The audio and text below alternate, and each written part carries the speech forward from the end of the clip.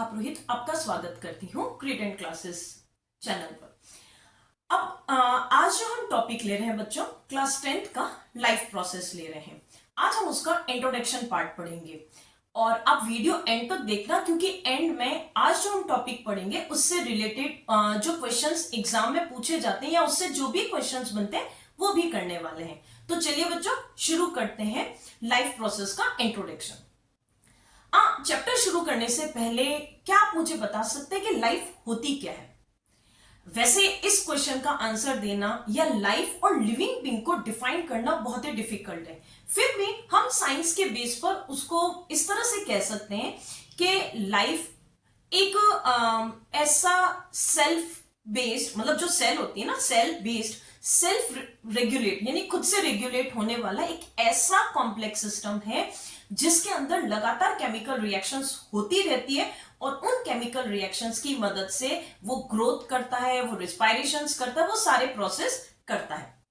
अब जो living beings और नॉन लिविंग बीइंग्स है, ये सिंपल एलिमेंट से मिलकर बनते हैं। जैसे कार्बन हो गया, नाइट्रोजन हो गया, ऑक्सीजन हो गया, ऐसे सिंपल एलिमेंट से मिलकर बने होते हैं।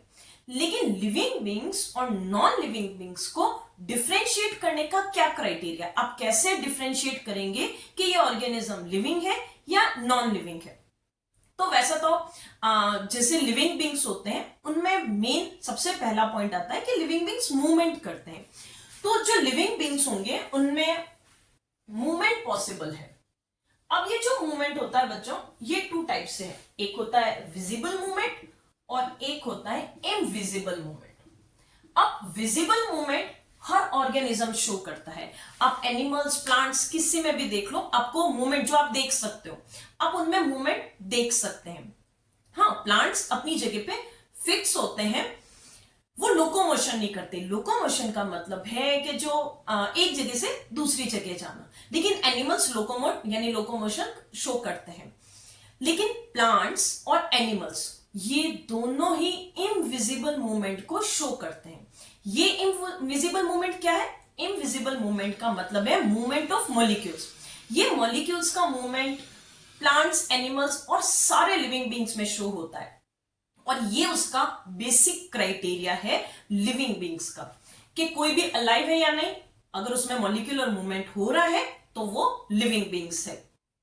जो वायरस है वो भी मॉलिक्यूलर मूवमेंट शो करते हैं, लेकिन लिविंग बॉडी के अंदर, होस्ट के अंदर, तब वो लिविंग होंगे। नहीं तो वो बॉडी के बाहर, अपनी लिविंग बॉडी के बाहर वो कैसे होते हैं? नॉन लिविंग शो करते हैं। इसीलिए वायरस को लिंकेज कहते हैं लिविंग और नॉन लिविंग के बीच के।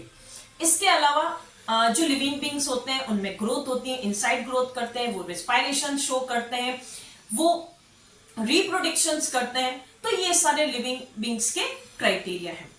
अब वर्ड आता है, क्योंकि हमारा चैप्टर है लाइफ प्रोसेस। तो लाइफ प्रोसेस क्या होता है? लाइफ प्रोसेस वो सारे प्रोसेस होते हैं जो लिविंग बीइंग को सरवाइव करने के लिए, उनकी लाइफ को मेंटेन करने के लिए नेसेसरी होते हैं। जैसे कि nutrition, respiration, control and coordination, excretions, transportation, exchange of material, ये सारे लाइफ प्रोसेस है।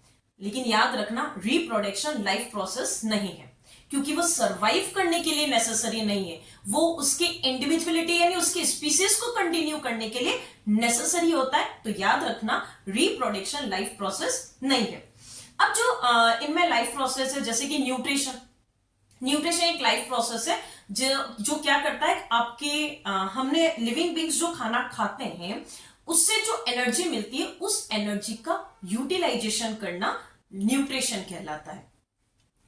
रिस्पायरेशन का मतलब ब्रेकिंग डाउन ऑफ फूड या ऑक्सीडेशन ऑफ फूड, जिससे हमें एनर्जी मिलती है हर एक्टिविटी को करने के लिए। लिविंग बीइंग्स में गैस एक्सचेंज होता है गैसेस का।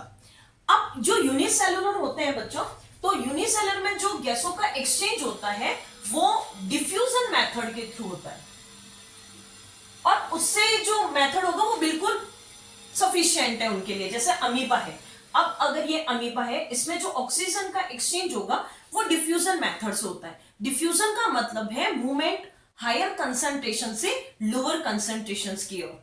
तो ऑक्सीजन क्योंकि बाहर ज्यादा है, इनके ऑर्गेनिज्म के अंदर कम होती है, तो इनका मूवमेंट बाहर से अंदर की तरफ होगा। और इससे जो ऑक्सीजन मिलती है वो इनके लिए सफिशिएंट है। वो सफिशिएंट इसलिए होती है क्योंकि इनकी ईच सेल, एक ही सेल होती है यूनिसेल्यूलर में, ये ईच सेल एयर के इन्वायरमेंट के डायरेक्ट कांटेक्ट में होती है। जबकि जो मल्टी सेल्यूलर होते हैं उनमें जो ऑक्सीजन डिफ्यूजन मेथड से मिलती है वो सफिशिएंट नहीं होती है, उसके लिए उसमें सिस्टम बना हुआ है। तो वो सफिशिएंट इसलिए नहीं होती है क्योंकि मल्टी सेल्यूलर की ईच सेल एनवायरनमेंट के डायरेक्ट कांटेक्ट में नहीं होती है। इसके अलावा जो लाइफ प्रोसेस है वो control and coordination, that means stimulus, यानी हमारे आसपास जितने भी चेंजेस हो रहे हैं उसमें वापस रिस्पॉन्ड करना लिविंग बींग्स एक लाइफ प्रोसेस है। वो उसको मेंटेन करता है, प्रोसेस एनवायरनमेंट का कैसे रिस्पॉन्स करता है, ये इस सिस्टम के थ्रू होता है। अब इस तरह से हम सारा, ये तो था आपका बेसिक इंट्रोडक्शन।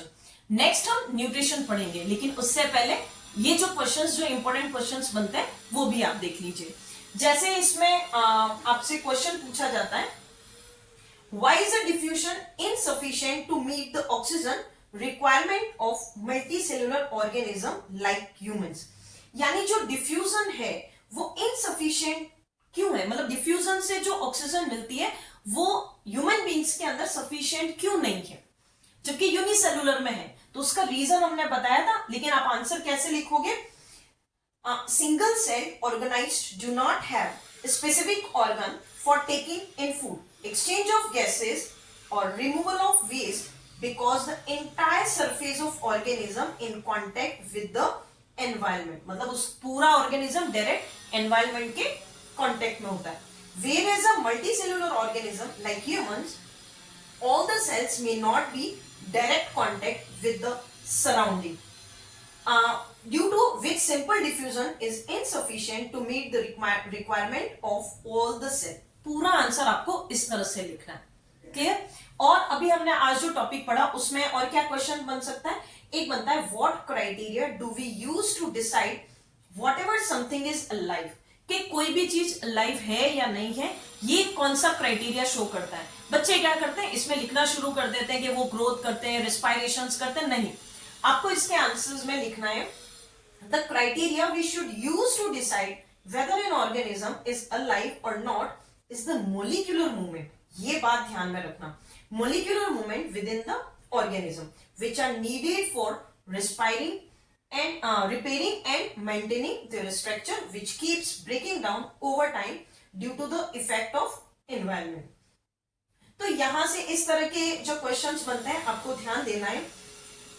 और भी हम क्वेश्चंस करेंगे। एक क्वेश्चन ऐसे भी पूछ लेते हैं कि क्या रिप्रोडक्शन लाइफ प्रोसेस है, तो आप लिखेंगे no, reproduction is not a life process. तो अभी तक हमने जो पढ़ा उसमें से इतने क्वेश्चंस बनते हैं, आप लगातार हमारे साथ बने रहिए। इसी तरह से हम नेक्स्ट न्यूट्रिशन पढ़ेंगे और उससे रिलेटेड जितने भी क्वेश्चंस बनते हैं वो भी हम करेंगे। Have a nice day.